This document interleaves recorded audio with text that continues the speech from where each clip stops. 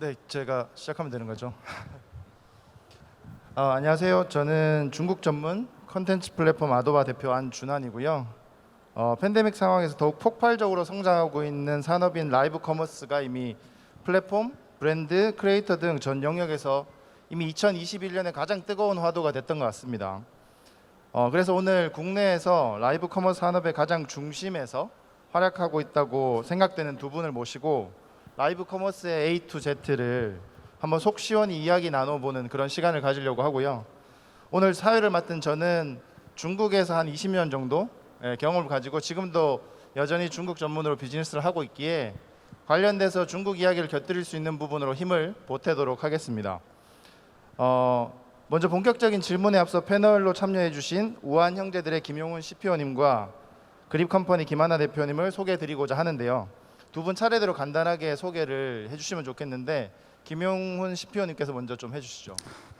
네, 안녕하세요. 반갑습니다. 저는 우한 형제들 배달의 민족이라고 말씀드리는 게 더 이해하기 좋을 것 같은데 저희가 벌써 11년 된 회사인데 아직도 회사명보다는 서비스명이 더 유명합니다. 그래서 배달의 민족에서 CPO 역할 맡고 있는 네, 김용훈이라고 합니다. 반갑습니다. 안녕하세요. 저는 언제나 누구나 언제 어디서나 방송을 통해서 사고 팔 수 있는 플랫폼 그립을 운영하고 있는 그립 컴퍼니의 김한나라고 합니다. 반갑습니다. 네, 감사합니다. 간단하게 소개를 해주셨는데 조금 더 구체적인 질문들을 통해서 두 회사 그리고 두 전문가분의 이 국내 라이브 커머스 혹은 라이브 커머스 전반에 대한 이야기를 한번 나눠보겠습니다. 우선 그 이야기를 하려면 이 라이브 커머스 산업에 대한 이야기를 좀 해야 될 것 같은데요. 중국을 필두로 전 세계 라이브 커머스 시장이 각자의 색깔을 가지고 급격히 성장하고 있는 것 같습니다. 근데 국내 상황이 어떤지에 대해서 여러분들도 충분히 잘 알고 계시겠지만 전문가분들이 바라보는 시각이 되게 궁금하거든요. 그래서 이건 두 분한테 같이 질문을 드리려고 하는데 현재 국내 라이브 커머스 현황을 약간 길지 않게 스냅샷으로 표현을 한다면 어떨 것 같은지 혹은 어떤 상황인지를 CPO님부터 한번 말씀을 좀 해주시겠어요? 네, 한국의 라이브 커머스 시장을 열어오신 이제 그립 대표님께서 옆에 계신 상황에서 배달의 민족은 아직 라이브 커머스 업력이 짧은데 먼저 이런 말씀을 드리게 돼서 부담스러운 마음도 있는데요. 저희도 라이브 커머스 배달의 민족 안에도 라이브 커머스 성격의 서비스를 하고 있지만 한국 시장을 전체적으로 봤을 때 제가 느끼기에는 춘추전국 시대 같은 느낌이 들어요. 그래서 라이브 커머스의 가능성을 바라보고 매우 많은 회사들이 이제 뛰어들고 있는 상황이라서 네이버나 카카오 같은 큰 플랫폼 회사들도 있고 또 저희나 무신사처럼 이제 독특한 어떤 각자 도메인에서 강점이 있는 회사들이 그걸 라이브 커머스로 풀어내기 위한 시도들도 하고 있고 전통적인 이커머스 회사들이나 아니면 기존에 홈쇼핑을 하고 있던 오프라인 유통사들도 이제 라이브 커머스 방식의 서비스들을 많이 하고 있기 때문에 그런 측면에서 지금은 우후죽순 어떻게 보면 매우 많은 성격의 이제 각 회사들이 각자의 관점대로 라이브 커머스를 시도하고 있는 느낌입니다. 그래서 크게 보면 어떻게 보면 저희는 B2C랑 C2C라고 부르는데 어떤 그 회사가 주도적으로 방송을 기획하거나 상품을 셀렉해서 방송을 판매하는 B2C 서비스 방식이 있고 또 하나는 이제 네이버나 이제 그립처럼 직접 셀러들이 자기 채널과 이제 그런 컨텐츠를 만들면서 판매하는 방식 같은 것들이 있는 것 같은데 저희는 아직 B2C만 하고 있어요. 근데 앞으로 저희도 C2C 시장의 확장에 어떤 기대를 갖고 있고 그런 방향으로 더 많은 어떤 새로운 시도들이 생기지 않을까라는 생각을 갖고 있습니다. 네, 감사합니다. 김하나 대표님도 혹시 잠깐 스냅샷 해주시면. 저희가 지금 라이브 커머스 형태를 이제 가장 먼저 이제 비슷한 형태로 가장 먼저 시도를 했던 것 같은데요. 이제 저희는 이제 라이브 커머스 이제 전문 플랫폼 이렇게 시작을 하다 보니까 처음에는 사실 시장을 이런 게 있어요, 이런 게 필요할 거예요라고 말하던 그런 되게 긴 시간이 있었어요. 그래서 1년 넘게 약간 너무 외롭고 이렇게 유저가 전혀 없는 상태로 이렇게 힘들게 보내던 시간이 있었는데 참 어쨌든 저희한테는 되게 슬픈 그 코로나라고 하는 저희가 기대하지 않았던 것들이 오다 보니까 언택트에 대한 소비가 굉장히 요구되고 이제 그러다 보니 많은 분들이 디지털 전환에 대한 어떤 요구사항이 있었던 것 같고요. 근데 그거는 큰 대기업뿐만 아니라 작은 소상공인들한테도 굉장히 중요한 요소였던 것 같아요. 그래서 이제 대기업들뿐만 아니라 그러니까 저희도 빠르게 성장한 부분이 있는데 이 비대면이라고 하는 걸 어떻게 해야 될까라고 하는 관점에서 무슨 IT 기업들도 그다음에 이제 배민같이 이렇게 버티컬 플랫폼들도 그다음에 오프라인 유통업을 하고 계시는 그런 백화점이라든가 이런 분들도 굉장히 라이브 커머스를 지금 이미 많이 시작하고 계시고 이제 그립 같은 경우에 이렇게 플랫폼으로 저희는 조금 더 중소 상인들을 위한 어떤 소상공인들을 위한 그런 오픈 플랫폼을 지향하고 있는데 이제 그분들도 많이 한 번도 온라인 판매를 해보시지 않았던 분들도 많이 이제 시도를 하고 계시고 저희는 그립 클라우드라고 하는 라이브 커머스 솔루션을 제공하고 있는데요. 이미 저에게 수십 개의 많은 고객들이 대형 유통사들도 이 라이브 커머스를 접목해갖고 자기의 이제 개인 자사몰에다가 이렇게 도입을 하시는 걸 보면 굉장히 시장 기대감이 크다 이제 그런 생각이 들고 코로나가 길어지면서 이게 아마도 쉽게 우리의 습관이 변하지는 않을 것 같아요. 그 질문, 그러니까 그 말씀에 제가 질문을 이어서 좀 드려보면 코로나로 인해서 언택트 시대가 되면서 라이브 커머스의 시장이 성장하고 그립도 같이 성장하고 있는 것 같은데 시장을 설득하는 과정이 한 1년 외롭게 있었다라고 하셨잖아요. 그러면 코로나가 있기 전부터 사실 라이브 커머스한테는 시장에는 기회가 있다라고 생각하신 것 같아요. 그러면 사실은 현재로서도 국내에서 이제 라이브 커머스의 전문 플랫폼으로 자리 잡고 있는 이제 이 그립이 그럼 왜 탄생하게 됐는지에 대한 이야기를 좀 듣고 싶습니다. 그 시작하게 된 동기는 되게 단순한 것 같아요. 굉장히 제가 이거를 시작할 때 많은 분들이 제가 서비스를 딱 냈을 때 아 나도 이거 생각했어 뭐 이런 말씀 많이 하셨어요. 그러니까 보다가 저희가 생긴 게 비슷하게 많은 SNS와 닮았고 영상통화와 닮았고 근데 여기 이제 스토어가 달린 굉장히 그런 개념인데 이걸 보고 다 이제 많이 생각하셨다고도 말씀하셨는데 저도 마찬가지로 생각했던 거를 그냥 저는 실천했던 건데 이제 보통 저희가 유튜브를 보다가 드라마를 보다가 아 저거 사고 싶다 지금 바로 그 순간 사고 싶잖아요. 근데 그 순간 사고 싶은 걸 저는 이제 실행을 해본 건데 근데 어느 날 트리거가 됐던 그런 영상물이 하나 있었는데 굉장히 어떤 노부부가 사과 농장에서 사과를 이렇게 따시려고 막 따시는데 한번 리포터가 이제 인터뷰 하시는데 이제 남편분은 할아버지는 이렇게 따는데 인터뷰 한다고 아내한테 투닥투닥거리시고 막 이런 장면이 있었는데 사과를 파시는 그 투닥거리시는 그 부부가 너무 진정성 있게 보이는데 그 진정성 있게 보이는 장면에 사과가 사고 싶은 거예요. 그 진정성 있는 그분들 저분들은 왠지 사과 농사를 너무 진실되게 하셨을 것 같고 저 사과를 먹으면 맛있을 것 같고 저분들은 왠지 돕고 싶고 이런 느낌이 있었어요. 그래서 그 현장에서 영상을 누구나 해서 판매할 수 있는 그런 걸 해봐야 되겠다라고 생각을 했는데 때마침 제가 이제 카메라 서비스를 하고 있었어요. 되게 오랫동안 카메라 서비스를 하면서 굉장히 영상이 엄청 빠르게 성장하는 거를 저는 봤고 영상에 특히 이제 영상 통화나 이제 라이브 퀴즈 쇼 같은 것도 제가 그런 것들 사업을 했었는데 그런 서비스를 진행하면서 사람들이 참여할 때 라이브로 참여할 때 굉장히 열광하는 거를 보면서 영상 통화에 스토어를 달아야 되겠다. 이런 단순한 생각으로 사실 홈쇼핑 같은 느낌으로 만든 거는 아닌데 이제 그런 단순한 생각으로 시작을 하게 되었습니다. 네. 어쨌든 저도 라이브 커머스가 진정성을 가질 때 가장 성과가 있고 가장 효과가 좋다라고 믿는 사람 중에 한 명이라 시작하게 된 부분 충분히 이해가 됐고요. 제가 그 CPO님께 또 질문을 드려보고 싶은데 그저께 17일 날 그 우아콘? 네, 우한 네. 콘서트. 네, 우한 테크 콘서트 2021에서 그 배달의 민족은 이제 단순한 배달 앱이 아니고 이커머스 플랫폼이다라고 약간 선언을 했더라고요. 그래서 그 중심에 결국은 이 배민 쇼핑 라이브가 있을 텐데 그러면 다시 돌아가서 배달 플랫폼에서 라이브 커머스가 시작된 이유는 뭘까요? 네. 그저께 뉴스까지 찾아봐 주시고 감사합니다. 좀 네. 꼼꼼합니다. 네.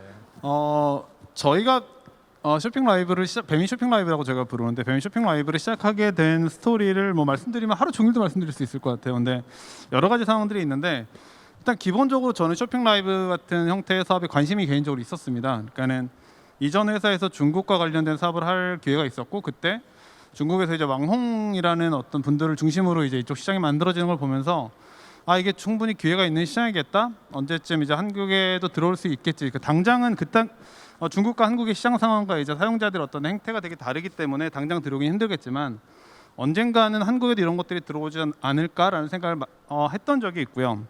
근데 그립을 포함해서 이제 네이버 같은 여러 회사들이 한국에서 쇼핑 라이브 사업을 전개해 나가는 걸 보면서 이 시기를 놓치면 안 되겠다는 생각이 들었어요. 그러니까 쇼핑 라이브라는 사업이 저는 개인적으로 한 10년 전쯤에 이제 유튜브를 보는 듯한 느낌? 그때는 아무도 개인 채널을 가질 거라 생각하지 않았지만 지금 모두가 다 유튜브를 쓰고 채널을 만드는 게 되게 당연한 것처럼 온라인을 통해서 물건을 파는 방식이 지금의 되게 단순한 이커머스가 아니라 이렇게 비디오를 통해서 인터랙티브하게 하는 시장이 분명히 올 것 같아.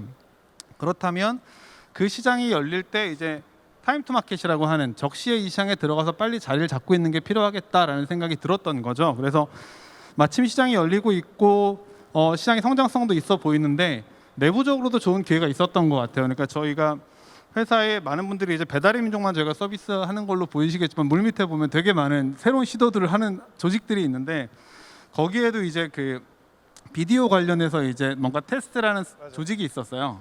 그래서 그런 걸로 소셜 서비스 내고 했었는데 그 팀이 이제 피버팅을 해야 될 시기가 온 거죠. 그 성과가 저희 기대에 미치지 못했고 그러면 어떻게 하면 우리가 가진 이 역량과 경험을 가지고 더 나은 어떤 서비스를 할 수 있을까에 대한 고민을 하다가 그때 가장 유력했던 아이디어로 이제 채택이 됐던 게 쇼핑 라이브였어요. 그러니까 우리가 가진 어떤 IT 기술 아니면 어떻게 보면 뭐 비디오를 다루는 기술 같은 것들이 쇼핑 라이브를 시작하는 데서 되게 좋은 영향이 되겠어라는 생각을 했던 거죠. 근데 단지 그것만 가지고 시작했던 건 아니고 이미 많은 쇼핑 라이브 사업자들이 있고 잘하는 곳들이 있는데 우리가 후발주자로 들어가서 정말 색깔 있는 플레이를 할 수 있어라는 고민이 치열하게 있었던 거죠. 근데 그때 가능성으로 봤던 건 크게 두 가지였어요. 하나는 일단 음식하면 배민이 떠오르잖아. 그러니까 푸드라고 하면 커머스 시장에서도 뭐 단일 카테고리 30% 이상 정도를 차지하는 큰 카테고리니까 또 이미 라이브 커머스에서도 푸드 커머스가 되게 많이 하고 있었고 그러면 배달의 민족이라는 회사가 서비스가 음식을 소재로 해서 라이브 커머스라는 거는 자연스러운데? 라는 생각이 하나가 있었고요. 두 번째로는 저희가 이제 컨텐츠를 만드는 측면에서 보면 먹방이라는 것도 워낙 많이 이제 보고 있고 하나의 어떤 장르가 되어가고 있는 상황에서 배달의 민족이 가지고 있는 어떻게 보면 유쾌한 시각 그런 컨텐츠를 바라보는 어떤 시각 같은 것들을 잘 믹스하면 그런 것들이 라이브 커머스라는 시장에서 후발주자지만 어떤 우리만의 어떤 컬러를 가질 수 있는 어떤 기회가 되지 않을까라는 생각이 들었습니다. 그래서 저희가 이제 부랴부랴 어떻게 아까 말씀드렸던 그런 상황에서 조직을 이제 꾸려서 이제 6개월 만에 저희가 이제 팀 만들어지고 6개월 만에 이제 서비스 론칭했거든요. 그래서 네. 밤새면서 막 그렇게 달려왔던 시간이었어요. 네. 아무튼 짧은 시간에 사실은 기존에 피버팅을 할 수 있었던 어떤 기초적인 그 기반이 있다 보니까 좀 더 빨리 움직이는 거랑 어떻게 보면 음식을 원래 하고 있었으니까 배달을 원래 하고 있었으니까 관련된 것들을 좀 빨리 접근할 수 있었던 것 네, 맞습니다. 계기가 되신 것 같고요. 조금 더 그 라이브 커머스의 기본으로 살짝 돌아가 보고 싶은데 올해 성과가 되게 좋으시다고 들었어요. 올 연말 약 800억 정도 거래, 작년 대비 3배? 예, 벌써 이제 달성하고 있다고 하셨는데 그만큼 라이브 커머스 산업이 빨리 또 성장하고 있는 거잖아요. 그래서 제가 이제 우리 국내 이제 전문 라이브 커머스 플랫폼인 대표님께 라이브 커머스의 기본은 뭔가, 라이브 커머스를 성공시키기 위한 핵심 요인은 뭔가에 대해서 좀 궁금합니다. 그 라이브 커머스의 기본은 제가 참 잘 모르겠지만 우선 기본적으로 라이브 커머스는 상품이 있고 방송할 수 있는 사람이 있으면 라이브 커머스는 할 수 있다고 생각해요. 근데 이제 성공할 수 있느냐, 매출이 나느냐는 사실 다른 문제니까. 그럼 저희 하루에 저희가 방송이 한 1000여 개가 되는데 이 방송 중에서 모든 분들이 매출을 잘하시는 건 분명히 아니에요. 그래서 그걸 봤을 때 어떤 분들이 성공을 하냐라고 생각을 했을 때 그러니까 두 가지가 저는 중요하게 그립을 기본으로 사실 좀 생각을 해볼 수가 있는데 이제 다른 플랫폼들하고 조금 다르게 저희는 오픈 플랫폼이고 방송이 많고 이제 이렇게 하다 보니까 제일 중요한 거는 그러니까 팬을 만드는 것과 그다음에 그 계정 자기가 가지고 있는 그 채널의 색깔을 명확하게 하는 것이 되게 중요하다고 생각을 하는데요. 그러니까 첫 번째 팬을 만든다는 거는 사실 유튜브 보면은 구독과 알림 설정 해주세요라고 얘기하는 것처럼 그만큼 구독자가 굉장히 중요한 것처럼 그러니까 지금 저게 오픈 라이브 형태의 라이브 커머스들은 그 구독자 팔로우가 굉장히 중요해요. 팬들. 근데 이제 이게 내가 이제 상품을 구매하는 곳이다 보니까 내 취향을 기반으로 하는 그 팬들이 형성이 되는데 그 팬들이 특히 이제 팬 중에서 이제 초반 팬들이 되게 중요한데 그 초반 팬들 같은 경우에는 굉장히 같이 응원도 해주고 방송을 할 때마다 같이 들어와서 얘기해주시고 그다음에 이렇게 이렇게 그냥 매니저 역할을 해주셔서 손님들이 오시면은 네. 막 대신 얘기도 해주고 이제 이 방송하시는 분이 옷 갈아입으러 가시면 이렇게 옷을 이렇게 바꿔 입는데 바꿔 가셨다 뭐 이런 걸 도와주세요. 네네. 그런 팬들을 많이 확보해서 굉장히 늘리는 것들, 그 팬을 중요하게 많이 모으시는 것들이 굉장히 중요하고 네. 그 팬들이 굉장히 이 채널의 리텐션을 중요하게 이렇게 재방문도 많이 갖고 오게 하고 그 매출이 꾸준히 쌓이거든요. 그게 힘이 되실 거예요. 그래서 그렇게 팬을 잘 모으는 게 굉장히 중요하고 팬이 하나가 있고 두 번째는 채널의 색깔을 명확하게 하시는 게 되게 중요해 보여요. 왜냐하면 저희가 이제 이게 혼자서 1, 2역 하시는 분들도 막 이렇게 계신데 채널에서 그러니까 월 1역. 근데 그런 분들을 이제 보면 굉장히 특징이 명확하거든요. 그 특징이라고 하는 거는 사실 상품이 기본이기 때문에 상품의 특징을 먼저 가져야 될 것 같고 예를 들어서 어디에서도 구할 수 없는 상품이라던가 아니면은 창고 방송만 하셔가지고 90% 할인만 하신다던가 이제 이렇게 하는 그런 상품에 굉장히 특화되어 있는 특징을 가지실 수도 있고 방송 자체에 굉장히 특화되어 있는 모습을 가지셔도 될 것 같아요. 그래서 예를 들어서 그 어떤 컨셉의 방송인 동대문의 도매에서 매일 다른 도매 옷가게를 돌아다니시는 언니도 있으시고요. 아니면은 어떤 청년 어부께서는 새벽에 이제 조업을 나가시죠. 그러면은 누님들 저 새벽에 조업 나갑니다. 그러면 그 조업해서 잡은 꽃게, 메기, 다양한 그런 것들을 8시에 경매를 하세요.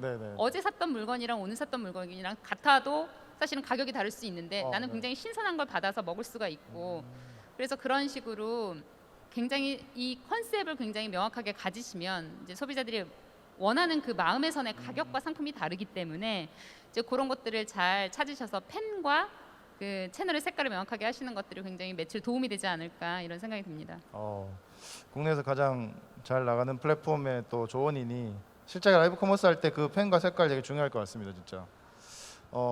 배달의 민족은 그 6개월의 밤샘 과정을 통해서 만들어낸 그 배민 라이브가 꽤 성공적이라고 보여지는데 대부분 성공 케이스만 주로 만들고 계신 것 같아요.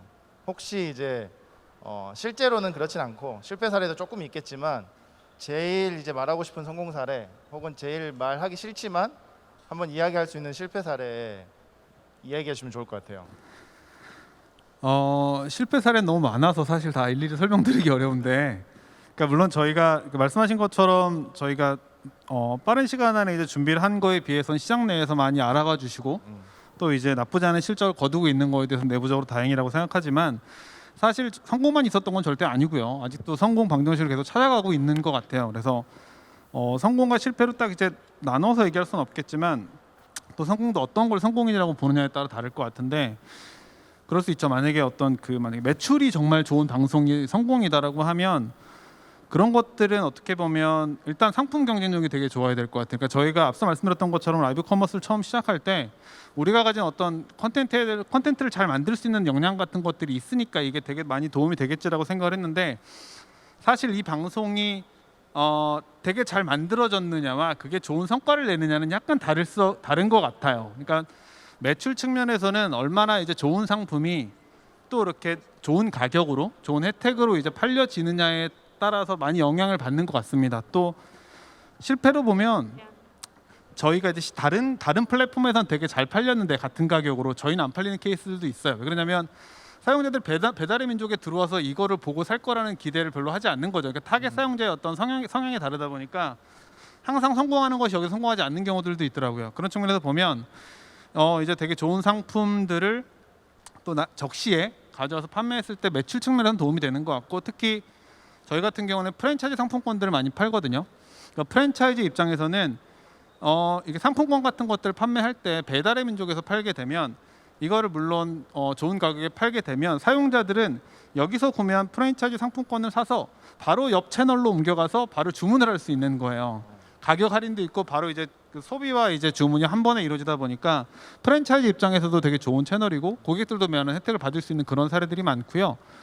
또 하나 뭐 재미 측면에서 보면 최근에는 저희가 삼양라면을 팔았는데 삼양라면 60주년 이벤트를 하면서 이제 삼양 뭐 캐릭터도 만들고 있어서 삼양육삼이라는 캐릭터도 만들었는데 이 삼양육삼이라는 캐릭터가 쇼호스트인 것처럼 저희가 이제 합성을 하고 엄청나게 많은 리허설을 했어요. 그러니까 이 가상의 캐릭터와 이제 주고받거니 하면서 물건을 팔아야 되니까 그러면서 되게 많은 준비를 하고 그 삼양의 어떤 컬러를 내기 위해서 준비를 많이 한 방송이 있었는데 그런 것들은 또 완판도 바로 되고 소비자 반응이나 이제 어떻게 보면 저희한테 그런 것들 의뢰한 이제 셀러 입장에서 되게 만족할 만한 방송들이었던 거죠. 그렇게 이제 컨텐츠 측면에서는 되게 그 상품과 저희 플랫폼과 핏이 딱 맞아 떨어지는 경우들이 있어요. 그러니까는 박막래 할머니 어떤 뭐 떡국수나 막 그런 것도 되게 좋은 사례고 고기리 막국수 같은 것도 되게 좋은 사례고 그런 성공 사례들도 있는데 실패 사례는 말씀드렸던 것처럼 핏이 잘 맞지 않을 때 아니면 가격 같은 것들이 충분히 좋지 않을 때 이게 어떨 때가 있냐면 방송에서 올랐는데 어떤 그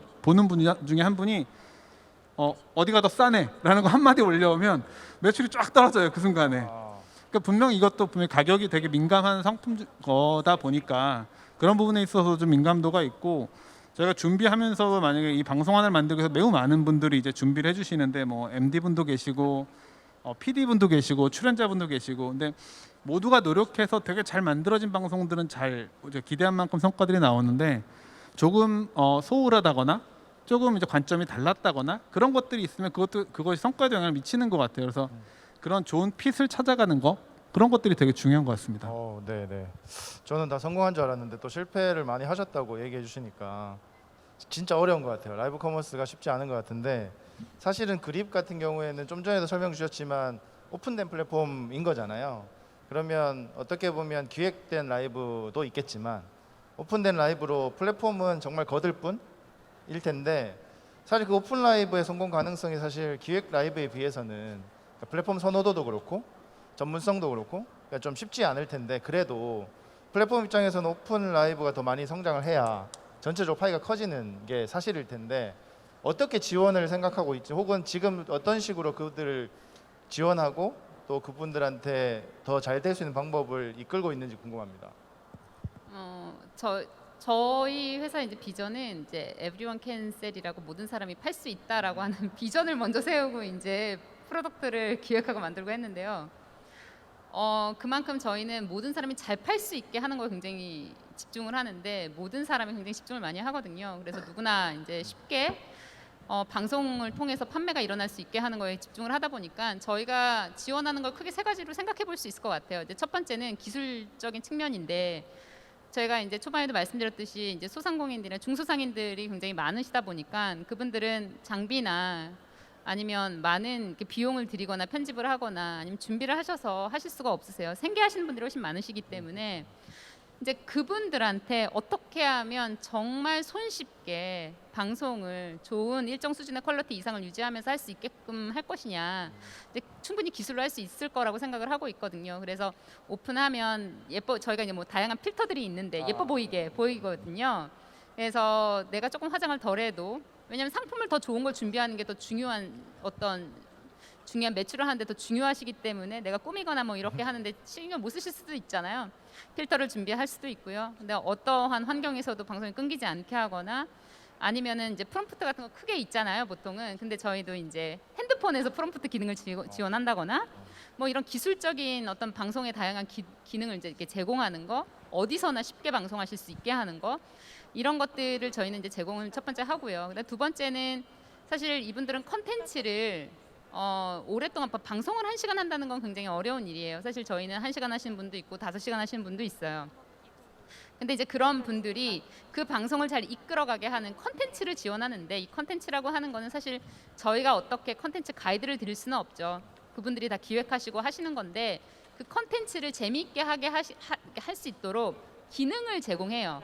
저희가 이제 게임 기능이라고 표현을 하는데 뭐 이제 어쨌든 이 라이브 커머스에서의 컨텐츠라고 하는 건 어떤 판매 방식일 수 있거든요. 그래서 경매로 판매를 한다거나 공동 구매로 판매를 한다거나 아니면 중간중간에 이벤트를 줄 수도 있죠. 그러면 랜덤으로 한 명을 뽑아준다던가 아니면 퀴즈를 통해서 다양한 퀴즈를 통해서 물건을 판매한다거나 이러한 컨텐츠를 만들 수 있게끔 하는 다양한 기능 같은 것들을 컨텐츠 지원 차원에서 다양하게 지원을 하고 있고요. 이제 그것들이 아마 이제 다른 플랫폼에 잘 없는 이제 저희의 이제 독특한 지원 방식인 것 같고요. 이제 세 번째는 이제 실질적인 마케팅 지원을 많이 해드려요. 그래서 한 달에 이제 저희가 월간 그립이라고 해가지고 한 달에 일주일 지금 월간 그립 기간입니다. 그립에 들어가시면 되는데요. 되게 많이 지원받으실 수 있는데 이제 방송을 셀러가 하실 때 그때마다 시청을 오래 하시면 쿠폰을 받으실 수 있어요. 그러면 팬들한테 제공을 하는 거거든요. 셀러한테 직접적으로 제공하는 건 아닌데 팬들한테 제공을 해드리는 거고, 그럼 팬들이 언니 오늘 방송 좀 해주세요 뭐 이렇게 하기도 하고, 그러한 마케팅을 이제 축제 같은 그런 개념인데 이제 그런 것들 지원을 하기도 하고, 아니면 한 달에 이달의 셀러 그분이 어떠한 사연을 가지고 이 방송을 하게 되었는지, 어떤 상품을 왜 어떤 철학을 가지고 하셨는지 이런 셀러를 발굴한다거나, 매일 하루하루 저희가 이제 메인으로 띄워드리는 오늘의 셀러 뭐 이런 것도 있고요. 다양한 마케팅 방식의 마케팅 지원을 저희가 해드리고 있어요. 진짜 처음 하시는 분들 되게 뭔가 좀 라이브 커머스를 쉽게 접근할 수 있는 방법론을 많이 제안하시는 것 같아서 저도 한번 해봐야 될 것 같다는 생각이. 해보실 수 있어요. 네. 근데 배달의 민족 같은 경우에는 어떻게 보면 오픈된 형태의 플랫폼보다는 기획된 라이브가 주로 많이 진행되는 걸로 알고 있는데, 대신에 그러면 차이점이라고 보면 진행자 정도가 될 수도 있고, 물론 여러 가지 포맷들도 있겠지만, 제가 궁금한 거는 최근에 좀 전에도 말씀 주셨어요. 박말래 할머니 케이스도. 근데 원래 일반적으로 라이브 커머스는 이제 전문 쇼호스트나 뭐 아나운서나 등등이 하시는 이제 조금은 정돈된, 근데 또 최근에 보면 이제 크리에이터나 일반인들이 풀어내는 부분도 되게 좀 뭔가 산뜻한 것 같고, 진행자라는 관점에서 그 두 개의 차이점 혹은 뭐 장단점 한번 말씀해 주실 수 있을까요?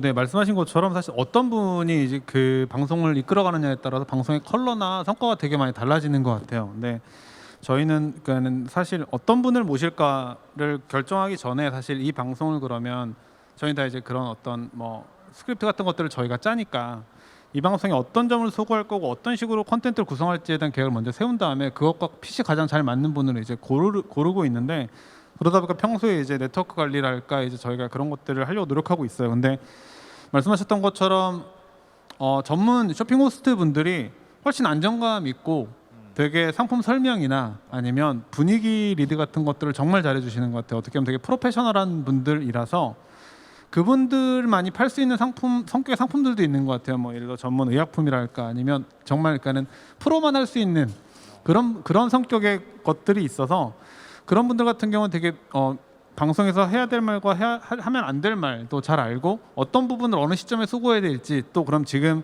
방송의 분위기나 이런 것들을 봤을 때 갑자기 돌발해서 예정보다 좀 더 당겨서 이런 걸 한다거나 그 리듬 관리 같은 것들을 정말 잘하시다 보니까 쇼핑 호스트 분들이라고 하면 믿고 어느 정도 이제 맡길 수 있는 그런 부분에 있어서 신뢰가 가고요.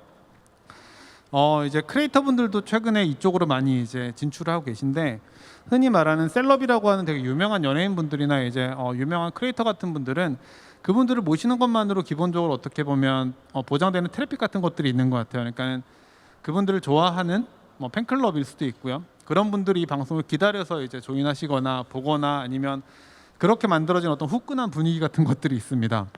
근데 이제 물론 그게 다 오롯이 이제 매출로 연결되지는 않는 상황들도 물론 있지만, 일단 많은 분들이 봐주고 거기서 생긴 어떤 에너지를 만들 수 있다는 측면에서 되게 좋은 것 같아요. 근데 반대로 그분들 입장에서는 워낙 바쁘신 분들이 많다 보니까 이 방송에 매우 많은 시간을 할애해서 철저하게 준비하기는 힘들 수도 있고, 또 방송에서 이제 뭐랄까 이제 유명한 것과 물건을 잘 파는 건 다르기 때문에 물건을 파는 방식이 서툴 수도 있고, 아니면 또 방송에서 하면 안 되는 어떤 그런 어떤 것들도 있잖아요. 그런 것들을 잘 모르신다거나 그런 상황들도 있어서 보통 그런 분들 같은 경우에는 아까 말씀드렸던 것처럼 호스트분들하고 같이 이제 페어로 방송을 하게 되면 그런 부분들이 많이 해칭이 되기도 하고요.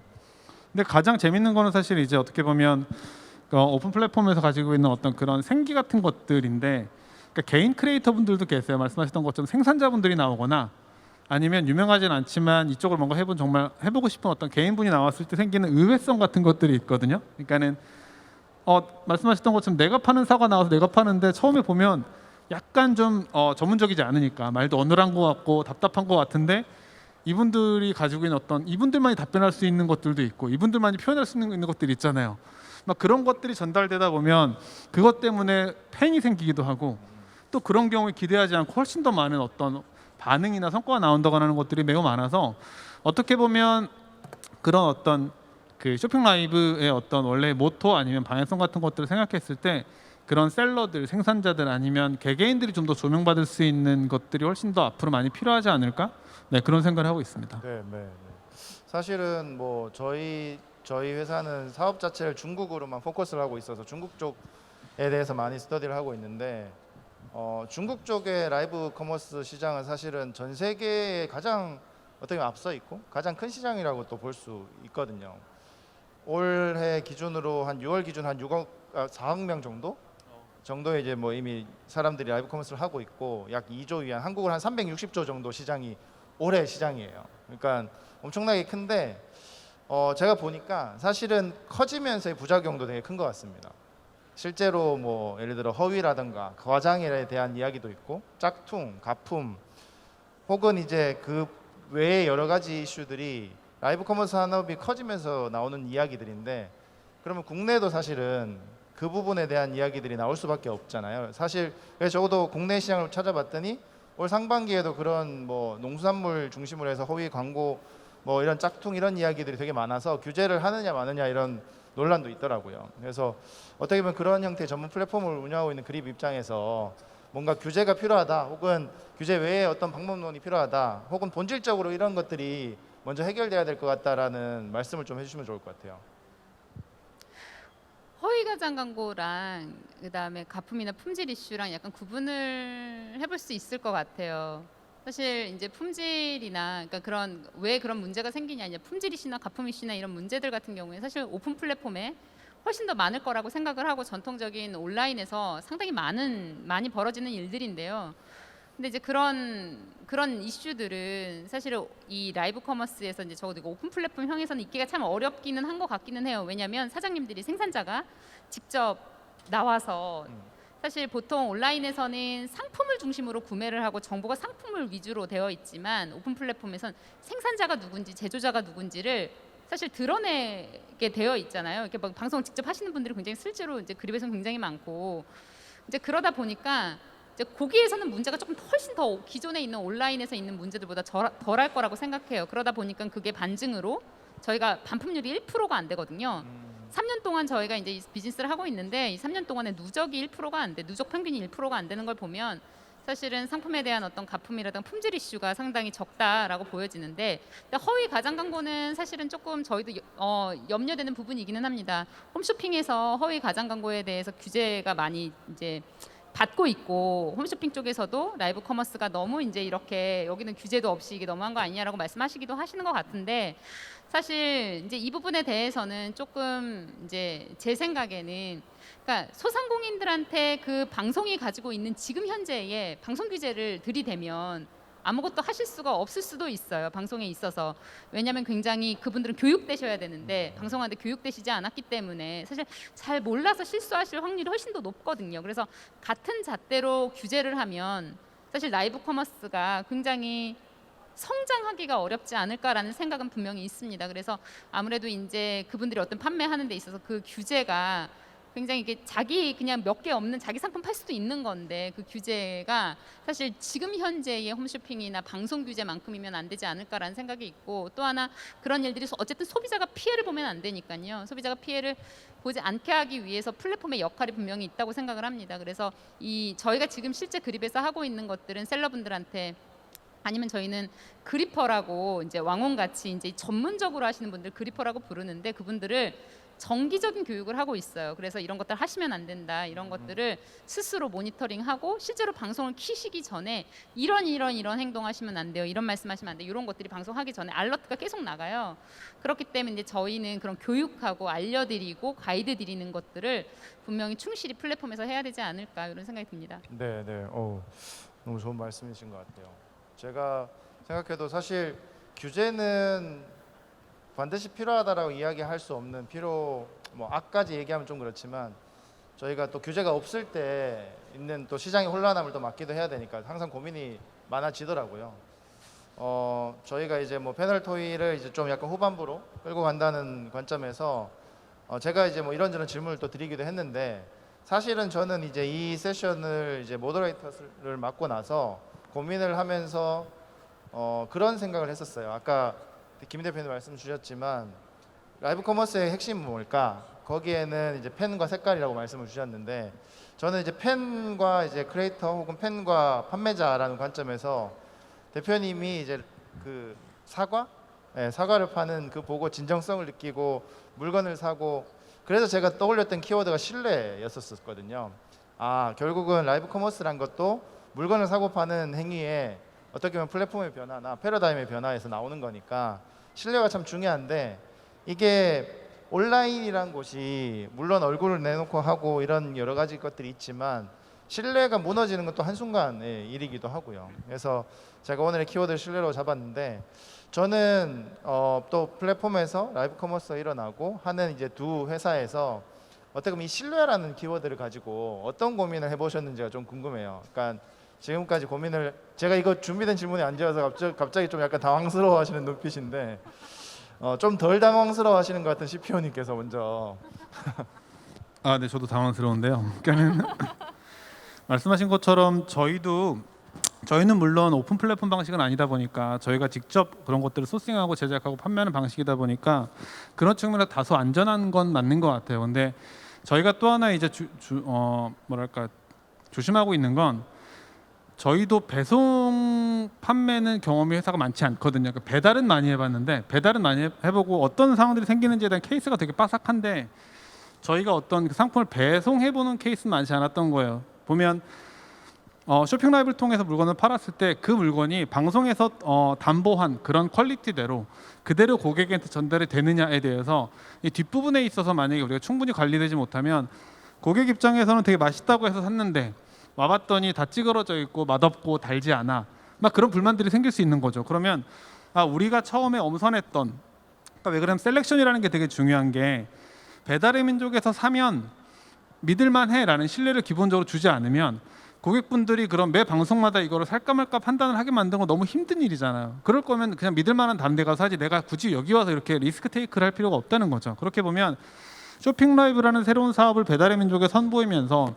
기존의 배달에 익숙한 분들한테 이렇게도 한번 이용해 보세요라고 말씀을 드리고 싶은데 그 어려운 허들을 넘어서 온 분들한테 좋은 경험을 초기에 많이 줘야 여기서 하면 괜찮아, 가격도 싸고 믿을만하고 맛도 있어 라는 것들이 깔려 있어야 사실 계속해서 써주실 텐데 그 신뢰를 정말 만들 수 있나 우리가 만들어 가고 있나라는 생각이 드는 거죠. 그런 측면에서 보면 앞에서 그냥 요란하게 정말 뭐 화려하게 잘 파는 게 중요한 게 아니라 실제 그것들이 지속적으로 관리되고 유지되고 고객의 어떤 집까지 잘 전달될 수 있게 만드는 뒤쪽에 뭐 체인들 그런 것들을 잘 만드는 것 그런 것들을 일정 이상 다른 커머스나 뭐 규모가 더 큰 어떤 그런 배송을 달아본 그런 회사 정도 수준으로 끌어올리지 않으면 저희가 이제 지속할 수 없겠다라는 어떤 위험과 뭐랄까 불안 같은 것도 있습니다. 그래서 그런 측면에서 말씀하신 것처럼 모든 커머스가 마찬가지겠지만 신뢰라는 건 되게 중요한 것 같고 특히 저희 같은 신생 서비스 입장에서는 어떻게 신뢰를 만들고 구축하느냐는 정말 제일 중요한 문제인 것 같아요.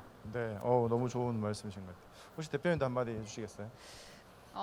플랫폼 저희는 이제 라이브 커머스의 어떤 많은 방송을 통한 이렇게 플랫폼이다 보니까 사실 저희가 신뢰를 주도하기보다 이 셀러분들이 이 소비자들을 만나는 셀러분들이 신뢰를 상당히 많이 이제 만들어 주셔야 하는데 그게 쌓여서 이제 그립이라고 하는 이 플랫폼에 이제 신뢰가 쌓이는 건데 이제 그렇게 하다 보면 저희는 이 분들이 어떻게 하면 상품에 어쨌든 좋은 서비스를 할 것인지 좋은 상품을 만드실 건지에 대한 것들을 계속 모니터링하고 가이드를 제시하고 하는 것들에 대해서 저희는 어떻게 보면 큰 어떤 규칙 같은 것들 이제 이런 것들을 제시하는 것 같기는 해요. 그래서 실제로 이제 저희가 이만큼은 하셔야 됩니다라고 하지는 않지만 이 정도까지가 이제 무너지면 안 되니까 이제 뒷단에 보면은 방송이 약간 제재하는 어떤 모니터링 시스템이 있고 실제로 저희보다 더 모니터링을 무섭게 하시는 거는 소비자분들이거든요. 그래서 신고제가 잘 되어 있어요.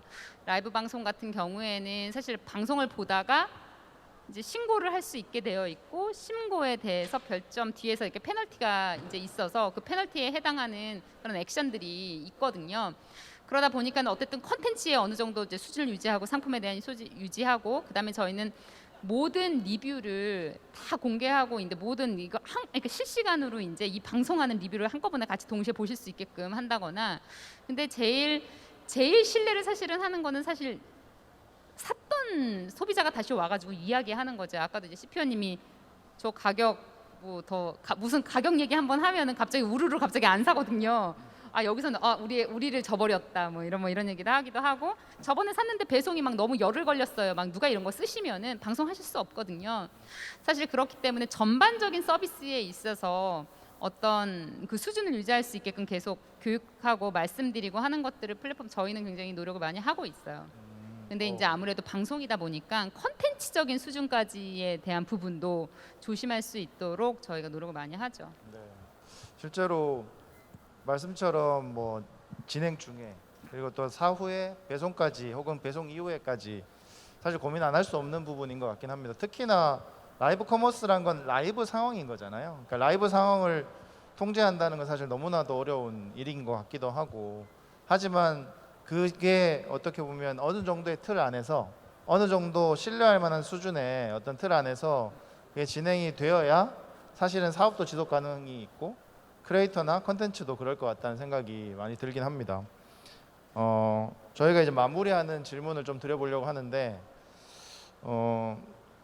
제가 이제 좀 정해진 질문을 드렸을 때 약간 당황을 많이 하셔서 원래 이제 지금 이맘때쯤 되면 회사에서 연말이니까 내년을 준비하고 뭐 이런 걸 하잖아요. 그래서 사실은 지금 라이브 커머스라는 주제를 하는 회사의 전체 사업군으로 또 배달의 민족 같은 경우에는 전체에서 또 일부의 어떤 방향성으로 지금 잡고 계시는 건데 내년도 사업 어떻게 준비하고 있다. 우리는 라이브 커머스 시장이 이렇게 전개될 거라고 예상하기 때문에 이런 준비를 하고 있다를 살짝 귀뜸으로 회사 내에 이제 너무너무 중요한 이게 이 이야기시겠지만 그걸 간단하게 말씀하실 수 있는 수준에서 이야기를 해주시면 저희도 같이 이제 내년을 준비할 수 있지 않을까 싶어가지고 어떻게 대표님부터 한번 말씀을 해주시죠. 사실 저희가 이제 지난 이제 3년 동안 이제 라이브 커머스 서비스를 하면서 굉장히 이제 그립의 특징적인 모습은 오프라인 사업자가 굉장히 많으세요. 그래서 실제로 보면 오프라인 매장을 갖고 계신 분들이 한 거의 40% 가까이 되거든요. 실제로. 그리고 저희가 이제 앞에 이렇게 이 서베이를 봤는데 한 번도 온라인 판매를 해보시지 않은 분이 거의 한 10% 돼요. 그러니까 이제 디지털 트랜스포메이션이라고 하는 어떤 디지털 변화의 어떤 혁신 같은 것들을 하셔야 되는 거죠. 이제 그게 너무 당면한 과제인 거예요. 코로나가 와가지고 이제 그러다 보니까 어떻게 보면 이제 그립에서는 저희들은 이제 그 중소상인들을 어쨌든 디지털로 혁신하는 디지털 트랜스포메이션을 이렇게 도와드리는 거, 그 저희 역할이 있지 않을까 이런 생각을 하고 있고요. 그래서 내년에는 사실 오프라인 사업자들한테 더 많이 쉽게 온라인 판매를 하실 수 있도록 적극적으로 하는 것들을 굉장히 중요하게 생각하는 저희의 과제입니다. 네, 알겠습니다. 혹시 한마디 해주시죠. 네. 배달의민족에서도 쇼핑 라이브 시작한 지 이제 반년이 좀 넘었어요. 저희는 아직도 이제 얼리 스테이지라고 생각을 하고 있는데 내년 계획을 세우면서 지금 내부적으로 보고 있는 건 이제 라이브 커머스라는 시장의 어떤 자체 그리고 그걸 어떻게 이제 배민답게 소화해낼 거냐에 대한 두 마리 토끼를 잡아야 되는 상황인 것 같아요. 그러니까는 라이브 커머스 시장이라는 게 되게 가능성에서 그치지 않으려면 이것들이 어떻게 보면 정말 고객들한테 좋은 가치를 주고 있는지에 대해서 계속 내부적으로 이제 반출을 하고 있거든요. 그러니까 그렇게 봤을 때 저희는 1시간 방송을 하는데 고객들이 실제로 이제 1시간 다 보는 분은 없으니까 겨우 몇 분 보고 구매를 하거나 떠나시는 분들이 훨씬 더 많아요. 그럼 우리는 어떤 방송을 어떤 포맷으로 만들어야 하는 거지? 어느 시점에 어떻게 세일즈를 소구를 해야 이게 이제 세일즈가 가능할까에 대한 고민들이 내부적으로도 치열하게 있는 거죠. 그러니까는 처음에 시작할 때 저희가 이제 홈쇼 다 모바일 시대가 됐으니까 이제 홈쇼핑에서 하던 구매 행태가 모바일로 옮겨오겠지. 근데 이전에 그런 비디오 커머스 같은 거 있었잖아. 비디오 커머스랑 다르죠. 이건 인터랙티브하고 실시간이잖아요. 그런 저희가 이제 몇 가지 가치와 가능성을 가지고 이 시장에 발을 들였는데 그게 계속 유효한지 이게 그럼 계속 스케일업을한지에 대해서는 계속 이제 계속 검증을 하면서 여러 가지 변화들을 해봐야 될 것 같아요. 아까 대표님도 말씀하셨지만 저희는 MVP 모델로 시작을 했기 때문에 앞뒷단으로 충실하게 갖춰진 플랫폼은 아닙니다. 근데 더 많은 셀러들이 좀 더 이제 쉽게 가입해서 팔게 하려면 어드민이나 운영도 되게 잘 돼 있어야 되는 거고 배송 관리까지 뭐 갖춰야 될 게 앞으로도 많은 거죠. 동시에 이제 필요한 거는 저희가 성공적으로 시장에 진입은 한 것 같은데 어떻게 하면 이걸 이후에 성장시킬 수 있을까? 그럼 그 계속 이제 배민이라는 틀 안에서 이게 유효하려면 배민만이 가진 어떤 특징이나 장점 같은 것들을 어떻게 이제 레버리지 삼아서 성장시킬 수 있을까에 대한 저희 나름대로 해석이 필요한 것 같아요. 그래서 지금부터 내년 사업 계획을 이제 내년 이후로 이제 생각했을 때는 어떻게 이거를 배민답게 풀 거냐가 어떻게 보면 제일 큰 숙제이기도 하고 동시에 스케일업을한 비즈니스로 만들기 위해서는 이제 그립처럼 저희도 이제 좀 더 많은 사용자들이 쉽게 허들 없이 들어와서 자기의 어떤 방송과 채널을 가질 수 있는 구조로 바꿔나갈 필요가 있어서 그런 부분에 있어서도 준비를 하고 있습니다. 네, 알겠습니다.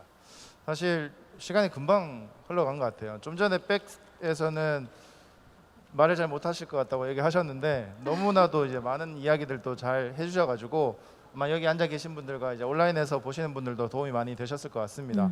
라이브 커머스 시장은 앞으로 더 발전할 것 같고 그 발전하는 곳에서 사실 저희들이 어떻게 해야 될지 항상 궁금함을 품을 수밖에 없어요. 근데 이 자리가 이제 그 궁금함을 살짝 해소할 수 있는 시간이 되었기를 바랍니다. 두 분 너무 감사드립니다. 네, 이상으로 마치겠습니다. 네, 김용은 CPO님, 김한나 대표님, 안준환 대표님이셨습니다.